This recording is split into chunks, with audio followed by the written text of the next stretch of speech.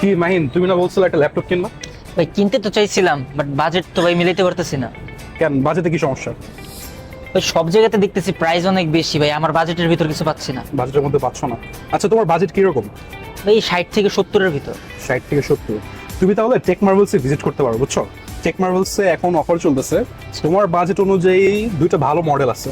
একটা হচ্ছে Lenovo আইডিয়াপ্যাড slim 3, আর একটা হচ্ছে স্লিম 5। যেটা স্লিম 3 ওটা তুমি উইদিন 70,000 বাজেটের মধ্যে পেয়ে যাবে।